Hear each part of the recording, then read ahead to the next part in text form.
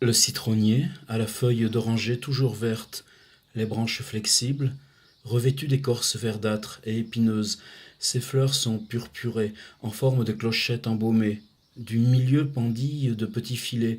Il est toujours meublé de fruits, les uns naissent et se mettent au monde, les autres se poussent à la maturité, les autres sont de cueillette et prêts à tomber pour faire place aux autres. Les citrons gros comme melons ne sont pas si bons au goût que les petits. Ils sont plus requis des apothicaires à cause qu'ils ont plus de chair pour confire au sucre. La peau est d'or raboteux, ridée, inégale, ébostée. Ils sont longués, d'écorce charnue et épaisse, d'odeur fort suave. La moelle sous la peau est aigre, pleine de jus, omittant la graine, comme grain d'orge vêtu d'une écorce dure, amère au goût, mais bonne contre le poison.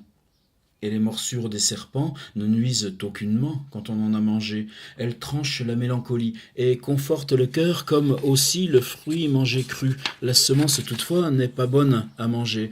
Le limon est plus court, moins enflé, plus petit que le citron. Sa pelure est plus mince et dorée d'un or plus blafard comme d'un or paillé et pâle, plus aigre au goût, plus riche en jus, longuet et en appointant. Mais la pointe est un peu tortue.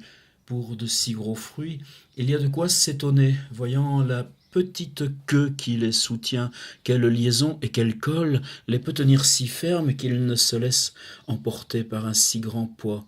La peau n'est pas lissée, unie, uniforme, mais sursemée de petites enflures. La feuille est plus large que celle de laurier, mais comme toile, toute pertuisée et trouée à jour, dentelée tout autour, d'odeur fort agréable. L'orange est vraiment de l'or enflé en pomme, car sa peau est d'un or naïf. Cet or s'affine à mesure qu'elle se mûrisse. La fleur est blanche, d'odeur délicate de loin, de près trop aiguë et donnant en tête. Son fruit est un petit grain vert de lait, sortant du sein et du cœur de la fleur. Il s'enfle petit à petit de verjus, il se cuit à la faveur du soleil, il jaunit doucement, entremêlant le saphir de sa verdure avec l'or naissant, l'or gagne tout à la fin et couvre toute la chair et le jus. La feuille est comme du laurier, mais lissée, large, odorante, épaisse, tranchée de peu de filets et veines nourrissantes, finissant en pointe. La branche est vêtue d'une écorce verte, blanchâtre, toujours chargée de feuilles et de fruits aussi.